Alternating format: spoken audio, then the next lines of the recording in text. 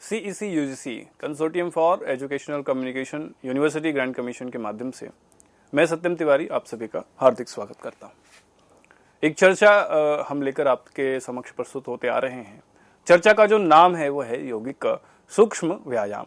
व्यायाम से आप परिचित हैं, जो शरीर को एक विशेष आयाम देता है, आपके शारीरिक विन्यास को एक विशेष आयाम देता है, एक डिफरेंट डायमेंशन देता है और आपको स्वास्थ्य प्रदान करता है।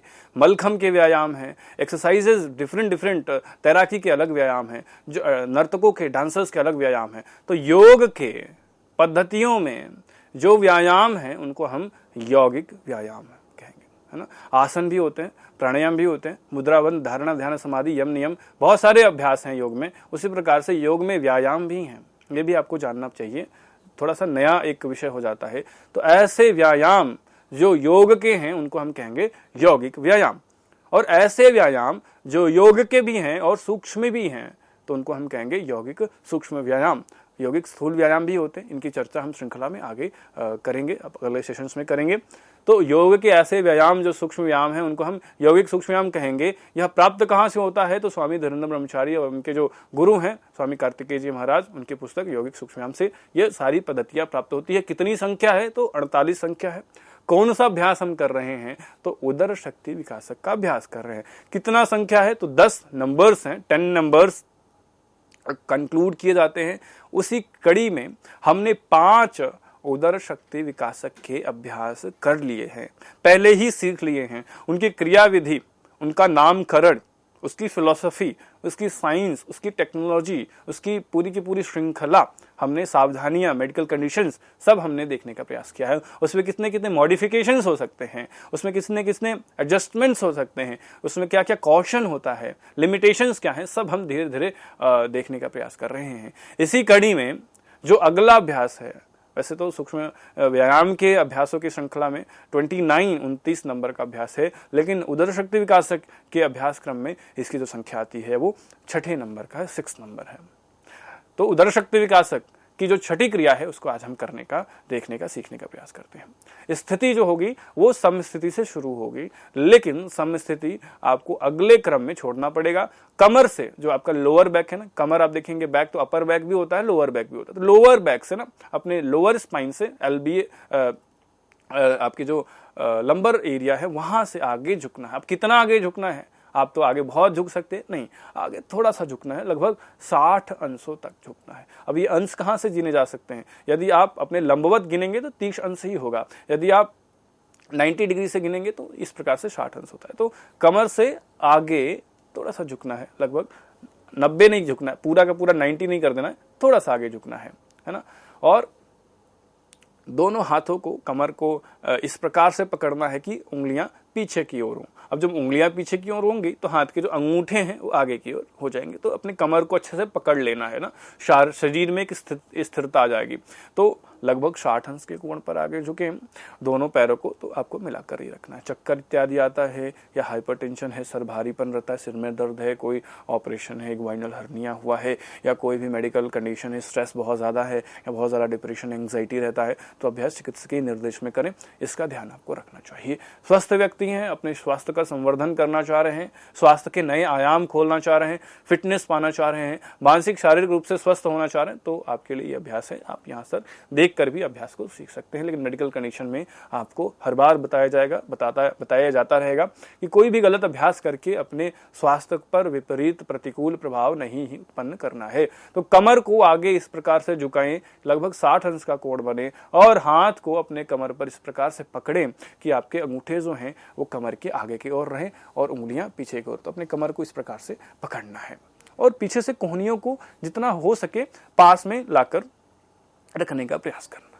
अब क्रियाविधि देखते हैं। क्रियाविधि किस प्रकार से होगी? तो नासिका रंध्रों से तेजी से श्वास भरें तथा तेजी से श्वास छोड़ें। अब जहां पर भी तेजी शब्द का प्रयोग हो जाए वहां पर हाइपरटेंशन वाले व्यक्ति अभ्यास को छोड़ दें, या कोई भी ऑपरेशन हुआ है वो अभ्यास को छोड़ दें। उस श्वास को आप धीरे से लीजिए, धीरे से छोड़िए। अब ध्यान यहाँ पर वही है जो पहले से चला आ रहा है, जो प्रक्रिया उदर शक्ति में हमने हर एक उदर शक्ति के अभ्यास में देखा है। जो श्वसन की प्रक्रिया हो रही है वो आपके एब्डोमिनल मसल से हो रही है। क्यों हो रही है? तो हमने पूर्व के व्याख्यानों में बहुत अच्छे से बताया है कि किस प्रकार से जब एब्डोमिनल रीजन का जो पेरिटोनियम कैविटी, जो पेरिटोनियम वॉल्स, एब्डोमिनल वॉल्स हैं, उसकी जब मूवमेंट करते हैं, रिदमिक मूवमेंट करते हैं, कॉन्ट्रैक्ट और रिलैक्स करते हैं, तो आपके जो विसरल ऑर्गन्स हैं, विसरल ऑर्गन्स बहुत सारे हैं आपके थोरेसिक कैविटी में तो मात्र 2 अंग हैं, आपके फेफड़े और आपके हृदय, लेकिन एब्डोमिनल कैविटी में आपके जितने भी प्रमुख अंग हैं सारे हैं, liver, kidney, gall bladder, pancreas, adrenal gland, महिलाओं में यूटेरस, या और भी जितने भी अंग हैं, आपकी आंतें, छोटी आंत, बड़ी आंत में भी बहुत सारे असेंडिंग, ट्रांसवर्स, डिसेंडिंग कॉलम है, छोटी आंत में भी इलियम, इस्चियम, जेजुनम, बहुत सारे भाग हैं। आपका जीवन का जो भी आधार है वो आपके पेट से ही है, इसलिए पेट में कोई भी समस्या आती है तो आपके जीवन में बहुत बड़ी बड़ी समस्याएं आने लगती हैं। इसलिए योग अभ्यास के माध्यम से अपने उदर स्थान को, अपने वक्षस्थल को, अपने सिरोभाग को, सबको स्वस्थ रखना चाहिए। तो आपको पता है कि हम क्यों एब्डोमिनल मूवमेंट कर रहे हैं। तो नासिका रंध्रों से नोज से ही करना है, माउथ से इनहेल एक्सहेल नहीं करना है, मुख गुहा से श्वास प्रश्वास नहीं करना है, नासिका गुहा से श्वास प्रश्वास करना है। दोनों ही आपके पास ऑप्शंस हैं। तो मुख गुहा से श्वास प्रश्वास विशेष रूप से करते हैं जब आपको कहा जाए, जैसे शीतली प्राणायाम है या शीतकारी प्राणायाम है या काकी मुद्रा है, तो ही आपको नासिका मुख से श्वास को भरना है, छोड़ना है। सामान्य रूप से आपको नासिका रंध्रों से ही श्वास भरना है, छोड़ना। इसके पीछे भी विज्ञान है। नासिका का अगर आप आकृति देखें ना, तो उसमें एरोडायनामिक्स है, उसमें फ्लो है, उसमें बहुत सारे बोन्स के स्ट्रक्चर्स हैं जो आपके वायु को शुद्ध कर देते हैं। जो बाहर की वायु आती है वो या तो गर्म होती है या तो ठंडा होती है, बॉडी टेम्परेचर पे नहीं होती है। तो जो नासिका रंध्र है उसमें बहुत सारे कॉक्लिया, उसके एरोडायनामिक्स के माध्यम से उसमें मेम्ब्रेन्स है, उसमें पूरा का पूरा स्ट्रक्चर है जो आपका जो वायु है उसको शरीर के टेम्परेचर पे, शरीर के तापमान पर ले आता है, जो कि फेफड़ों के लिए लाभदायक है। तो मुख से श्वास विशेष रूप से लेना है, सामान्य रूप से नासिका रंध्रों से ही श्वास लेना है। यह आपको हमने जानकारी यहाँ पर दी है। तो नासिका रंध्रों से तेजी से श्वास भरें और छोड़ें। ध्यान रखें कि श्वास बाहर छोड़ते समय पेट अंदर जाए और श्वास अंदर लेते समय पेट फूले। तो प्रारंभिक क्रम में 20 से 25 बार इस प्रकार से पेट को अंदर बाहर श्वसन प्रश्वसन के साथ करना है और उसकी 4 से 5 आवृत्ति कर सकते हैं। तो एक बार जब आगे झुके तो 20 से 25 बार श्वास भरा और छोड़ा, और इस प्रकार से 4 से 5 बार ये अभ्यास कर सकते हैं। धीरे धीरे आप अभ्यास करोगे तो इसके लाभ आपको प्राप्त होंगे। तो इस प्रकार से चलिए हम चलचित्र के माध्यम से आपके समक्ष इसको प्रस्तुत करते हैं। दोनों पैरों को, हाथों को मिला लिया, समस्थिति में खड़े हो गए, अंगूठे को आगे रखते हुए पीछे से कोहनी को मिला लिया, अंगुलियां बाहर हैं, आगे 60 अंश कर के कोण पर रखें। ग्रीवा को चाहें तो सीधा ही रख सकते हैं, नेत्रों को खोल के रखें। श्वास भरते हुए पेट फूलेगा, श्वास छोड़ते हुए पेट को अंदर की ओर ले जाना है। इस प्रकार से 20 से 25 बार श्वास प्रश्वास करें, है ना। शरीर को स्थिर रखें। चक्कर आता है तो पैरों को खोल कर अभ्यास करना है। हाइपरटेंशन इत्यादि में यह अभ्यास से बचना है। कमर में दर्द है तो भी आगे की ओर नहीं झुकना है। चिकित्सकीय निर्देश अवांछनीय है। अभ्यास करते समय पूरा का पूरा ध्यान अपने श्वसन पर, अपने शरीर पर ही रखिए, अन्यथा कहीं पर भटकने न दें। और अभ्यास जब हो जाए तो विश्राम करना न भूलें। Do not forget to relax, because relaxation is the process to recognize all the activities, to recognize all the changes।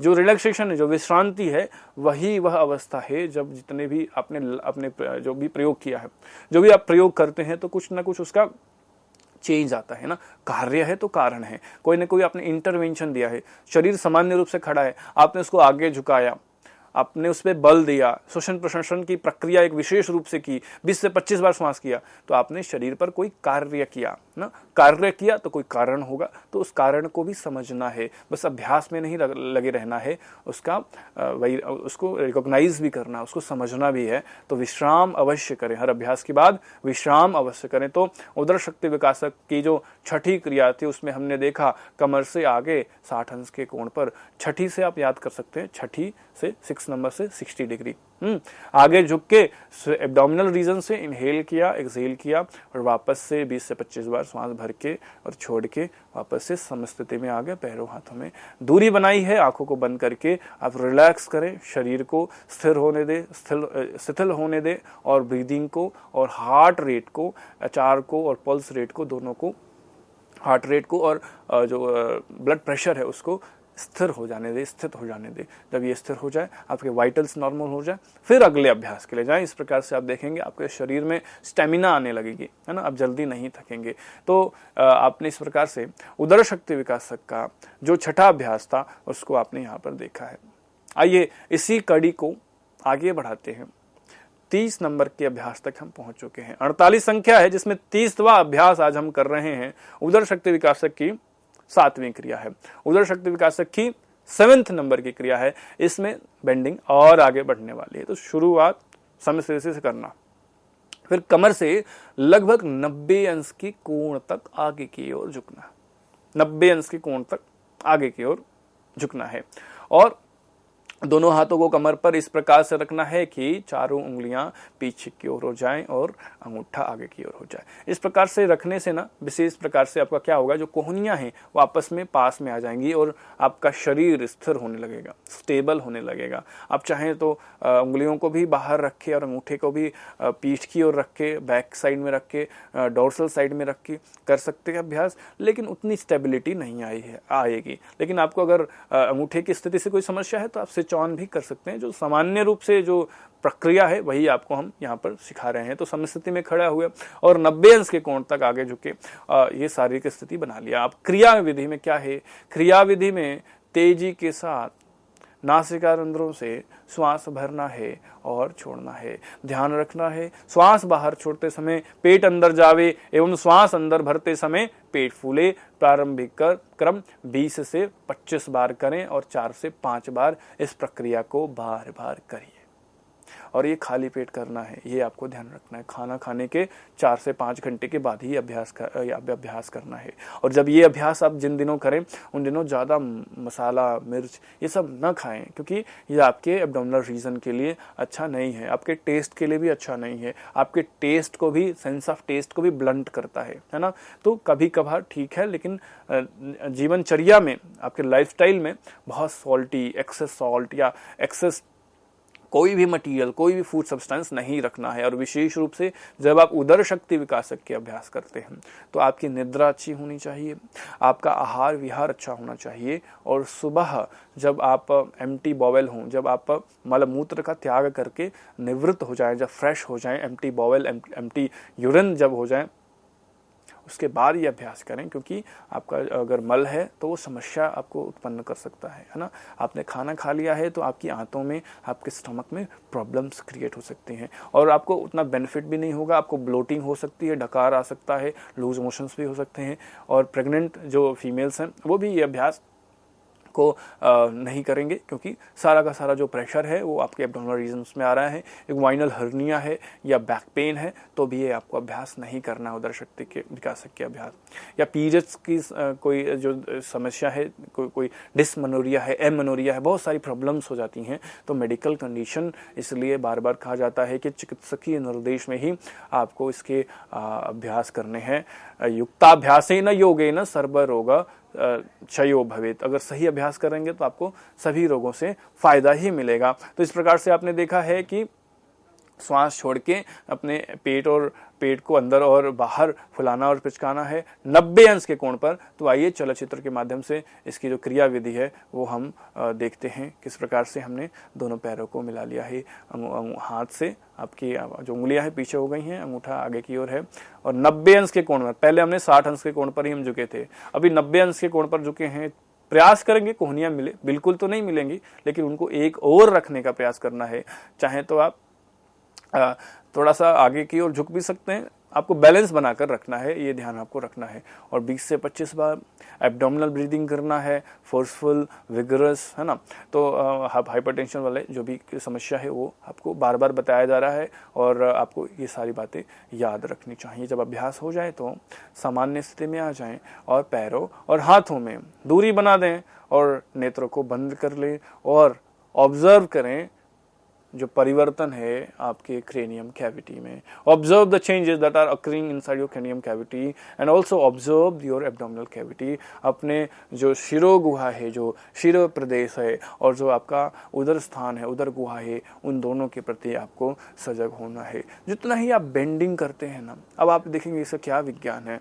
60 अंश के कोण पर किया, फिर 90 अंश के कोण पर कर रहे हैं, इससे क्या परिवर्तन हो जा रहा है। अभ्यास तो वही है, हमने उसी प्रकार से कमर को पकड़ा है, हम उसी प्रकार से श्वास पर श्वास कर रहे हैं। तो बेंडिंग से क्या इंपैक्ट आ रहा है, क्या परिवर्तन आ जा रहा है उदर शक्ति विकासक में कि इसको एक अलग से नाम बना दिया हमने। कुछ तो परिवर्तन आ रहा है, वो क्या है, वो है प्रेशर का, है ना। जब ब्रीदिंग कर रहे हैं तो एक न्यूट्रल प्रेशर जनरेट हो रहा है जो कि आपके एब्डोमिनल वॉल से क्रिएट हो रहा है। लेकिन जब आप आगे झुकते हैं ना तो एरिया तो उतना ही है, बेंडिंग हो रही है, कमर तो आपकी फैल रही है। जो आपकी कमर है ना, जो आपका स्पाइनल आपका जो वर्टिब्रल कॉलम है उसमें पैड्स होते हैं, बहुत सारे गद्दियाँ होते हैं, कुशन्स होती हैं, है ना, इंटरवर्टिब्रल डिस्क बोलते हैं, IVD, जिसमें बहुत सारी समस्याएं आजकल लोगों को हो रही हैं गलत खान पान, गलत आचार विचार के कारण।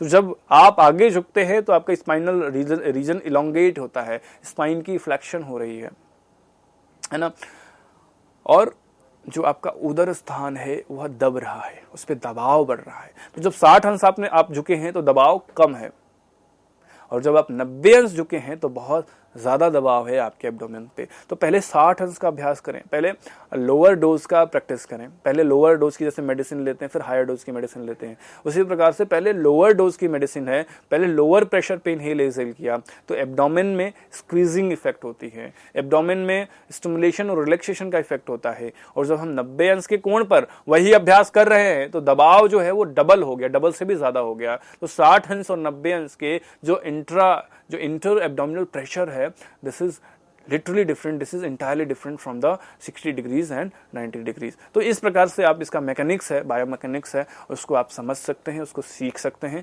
और जब उसका अभ्यास आप करेंगे तो आप देखेंगे कि 60 अंश के कोण पर जो दबाव है वह कम है, जब 90 अंश के कोण पर जब वो दबाव देखेंगे तो वो दबाव अन्य स्तर का होगा। और धीरे धीरे आप अपने उदर स्थान पर एक विशेष प्रकार की प्रक्रिया देखेंगे, आपका जो पाचन तंत्र है वह सुदृढ़ होने लगेगा, आपकी जो बहुत सारा मेद है, फैट है, एक्स्ट्रा फैट है, वो जो इकट्ठा हो गया है वो हट जाएगा। बहुत ज़्यादा 6 पैक्स और ये हमारा योग में कभी भी लक्ष्य नहीं रहा है। ऐसा नहीं है कि पेट को बिल्कुल गायब कर देना है। जैसे एक छोटा बच्चा है ना, छोटे बच्चे का थोड़ा सा पेट होता है। आप किसी भी योगी का चित्र देखिए, आप स्वामी विवेकानंद का चित्र देख लें या किसी भी बड़े सन्यासी का चित्र देख लें, बहुत ज़्यादा एब्स और पैक्स नहीं चाहिए हमें ना। ये पाश्चात्य परंपरा, ये ग्रीक माइथोलॉजी से आया है। भारतीय यौगिक परंपरा में थोड़ा सा पेट आपका उठा रहेगा। वो पेट मेद के कारण नहीं है, वो फैट के कारण नहीं है, वो डेवलप्ड डायफ्राम के कारण है। जब प्राणायाम करते हैं तो आपका जो ब्रीदिंग सिस्टम है वो बहुत अच्छा हो जाता है, इंप्रूव्ड हो जाता है। तो जब आपका डायफ्राम है जो यहाँ पर उपस्थित है वो चौड़ा होने लगता है, वो आपका एक्सटेंड होने लगता है, वो मजबूत होने लगता है। तो उसके चौड़ाई के कारण आपका जो एब्डोमेन है वो थोड़ा सा उठा हुआ दिखता है। तो आपको एब्स की ओर इस यौगिक अभ्यास से नहीं जाना है।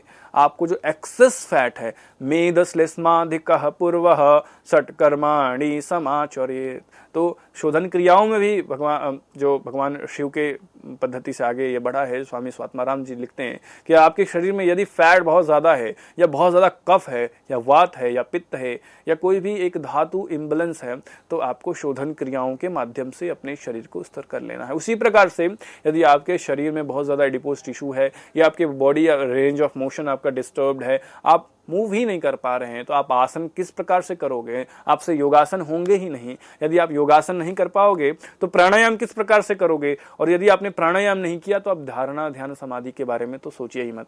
आप लोग पूछते हैं कि हमसे ध्यान नहीं लगता है, कैसे ध्यान लगेगा? आप आधा घंटा बैठ नहीं सकते शांति से, आपका शरीर स्थिर नहीं हो रहा है, आपका प्राण स्थिर नहीं हो रहा है, आपकी ब्रीदिंग, आपका श्वसन प्रश्वसन नियमित नहीं हो रहा है, तो आप अपने विचारों को कैसे नियंत्रित करेंगे? विचारों की शक्ति बहुत ज्यादा है, आप विचारों के वेग को नहीं सह पाएंगे। इसलिए लोग ध्यान में जाते हैं और 2 मिनट में विचलित हो जाते हैं। तो ध्यान आप डायरेक्ट नहीं कर सकते, ध्यान हो जाता है, ध्यान की तैयारियां होती हैं। You can prepare your self for meditation. Meditation happens, ध्यान हो जाता है। ध्यान तब होता है जब आपका शरीर स्थिर हो जाए, जब आपका प्राण स्थिर हो जाए, तो मन अपने आप धीरे धीरे स्थिर हो जाता है। तो ध्यान के लिए जितने सूक्ष्म योगासन प्राणायाम कर रहे हैं सबका जो उद्देश्य है वो मेडिटेशन ही है। लक्ष्य एक ही है ना, जो है युज समाधौ, समाधि, ध्यान, आत्म साक्षात्कार, सेल्फ एक्चुअलाइजेशन, सेल्फ रियलाइजेशन। तो उदर शक्ति विकासक की अब हम 8वीं क्रिया देखने जा रहे हैं। 8th नंबर, पूरे जो लिस्ट है उसमें 31 नंबर 31 नंबर का है, और जो उदर शक्ति विकासक की 8वीं क्रिया है। सम स्थिति में ही आना है, कमर से 60 अंश के कोण पर ही झुकना है। तो क्या अलग करने वाले हैं ये आप ध्यान से देखिए। तो उंगलियों को भी उसी प्रकार से रखिए, सम स्थिति में आए, आगे झुके 60 अंश के कोण पर, कमर को पकड़ लिया, उंगलियां पीछे की और अंगूठे आगे की ओर, यहां तक तो सब कुछ सिमिलर है। अब यहाँ पर थोड़ी सी बात है वो जो भिन्न होने वाली है। भिन्न क्या है? क्रियाविधि भिन्न है। वायु को फेफड़ों से बाहर निकालकर स्वयं श्वास को बाहर ही रोक कर रखना है, अंदर प्रवेश नहीं करना है। तो बाह्य कुंभक लगाना है यहाँ पर ना, बाह्य कुंभक लगाना है। और इसी अवस्था में उदर स्थान को अंदर और बाहर की ओर गति करना है। एक्सेल और इनहेल नहीं करना है। पहले हम क्या कर रहे थे? एक्सेल और इनहेल कर रहे थे। यहां पर एक्सेल इनहेल नहीं हो रहा है। एक्सेल करके श्वास को बाहर छोड़ के हमने श्वास को बाहर ही छोड़ दिया, बाह्य कुंभक। एक्सेल किया, श्वास को रोक दिया, तो एक नेगेटिव प्रेशर आपके फेफड़ों में, आपके एब्डोमिनल कैविटी में जनरेट हो गई। पहले तो सामान्य रूप से श्वास प्रश्वास का एक वेग है, उसके बाद एब्डोमिनल जो कैविटी है उसका वेग है, उसके बाद जो 60 अंश के कोण पर झुके थे उसका जो प्रेशर था। 3 चीजें पड़ रही थी आपके एब्डोमिनल रीजन में।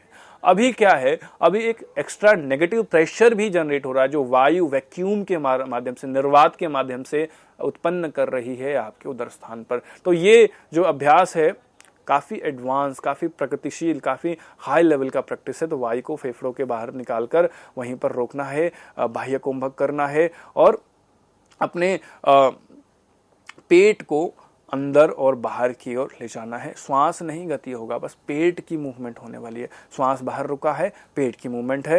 ये 10 से 15 बार इस प्रकार से करें, 20 से 25 बार भी अभ्यास कर सकते हैं श्वास को रोक कर। अब यहाँ पर जब श्वास रुका है तो हाइपरटेंशन वाले याद रखें, श्वास आपको नहीं रोकना है। इग्वाइनल हर्निया वाले भी याद रखें, आपको इस प्रकार से एब्डोमिनल मूवमेंट नहीं करना है। किसी का ऑपरेशन हुआ है, सर्जरी हुआ है, प्रेगनेंसी है, एमेनोरिया, डिस्मेनोरिया, कोई भी समस्या है तो आपको ये अभ्यास नहीं करना है, चिकित्सक के निर्देश में करना है। हमने आपको इंगित कर दिया है। तो आप चलचित्र के माध्यम से इसका अभ्यास एक बार देखने का प्रयास करें। उदर शक्ति विकासक क्रिया नंबर 8, कमर को पकड़ लिया है हमने, कोहनिया को पीछे से मिलाने का प्रयास किया है। 60 अंश के कोण पर झुके, श्वास को पूर्णतया बाहर की ओर झुका दें, बाहर की ओर फेंक दें, बाहर की ओर निकाल दें। पेट बिल्कुल पिचक गया है और अब श्वास को बाहर रोककर हम अग्निसार जैसा कुछ क्रिया कर रहे हैं। पेट को अंदर और बाहर आराम से भी कर सकते हैं, मूवमेंट तेजी के साथ भी कर सकते हैं। आप अपने यथासंभव, यथासाध्य, आपकी जो क्षमता है उसके अनुसार इसका प्रयोग, उसके अनुसार इसका उपयोग, इसका इंस्ट्रक्शन, डायरेक्शन, इम्प्लीकेशन, इंटरवेंशन करना है ना। आपकी क्षमता को भी आपको जानना है और धीरे धीरे आपकी क्षमताएं बढ़ती हैं। क्षमता बढ़ेगी, जिसका प्रयोग करेंगे आप, वह अभ्यास, वह अंग पुष्ट होगा। ये तो आधुनिक विज्ञान भी कहता है, लैमार्क की थियरी है ना, इवोल्यूशन की थियरी है। जहां पर ऊर्जा जाएगी उसका विकास होगा, जहां पर ऊर्जा आएगी, जहां से ऊर्जा वापस आ जाएगी उसका ह्रास होगा। भगवान श्री कृष्ण भी कहते हैं, ध्यायतो विषयान पुंसः संगस्तेषु उपजायते। आप जिसका भी अभ्यास करोगे ना उसमें एनर्जी आने लगेगी, उसका जो प्रयोग है वो बढ़ने लगेगा। तो आशा करते हैं उदर शक्ति विकासक के जो अभ्यास हैं आपने उसको ध्यान से देखा है, ध्यान से सीखा है और कोई मेडिकल कंडीशन नहीं है तो उसका अभ्यास भी कर रहे हैं। और अपनी प्रतिक्रियाएं, अपने जो भी क्वेश्चन हैं, क्वेरीज हैं, दिए गए ईमेल एड्रेस से आप भेज सकते हैं। आशा करते हैं आप इसी तरह हमसे जुड़े रहेंगे। नमस्ते, हरिओम।